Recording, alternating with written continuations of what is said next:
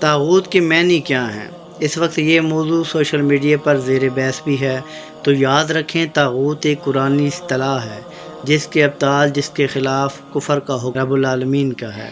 طاغوت سے مراد وہ شیطان ہے جو اللہ تعالیٰ کے سوا کسی اور کی عبادت کا حکم دے۔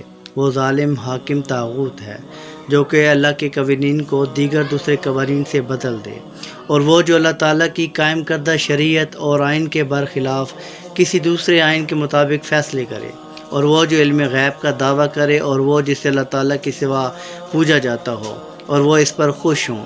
یہ سب کے سب طاغوت ہیں۔ اگر ان شارٹ آسان الفاظ میں بتاؤں تو اس وقت تمام طاغوتی طاقتیں مل کر فلسطین پر حملہ آور ہیں، وہاں معصوم بچوں کو، مظلوموں کو شہید کر رہی ہیں، اور ان سب کے آگے سرخم تسلیم کیے ہوئے تمام مسلمان حکمران ان طاغوتی طاقتوں کے سامنے بے بس پجاری ہیں اور سر تسلیم خم ہیں۔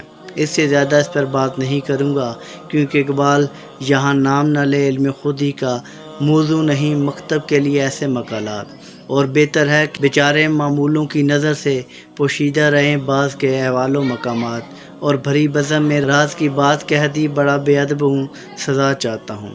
اب غلط کیا ہے، صحیح کیا ہے، اس کا فیصلہ آپ خود کر سکتے ہیں، کیونکہ میری نظر میں آپ کا علم، آپ کی بصیرت مجھ سے کئی گنا زیادہ ہے۔ سلام پہنچے۔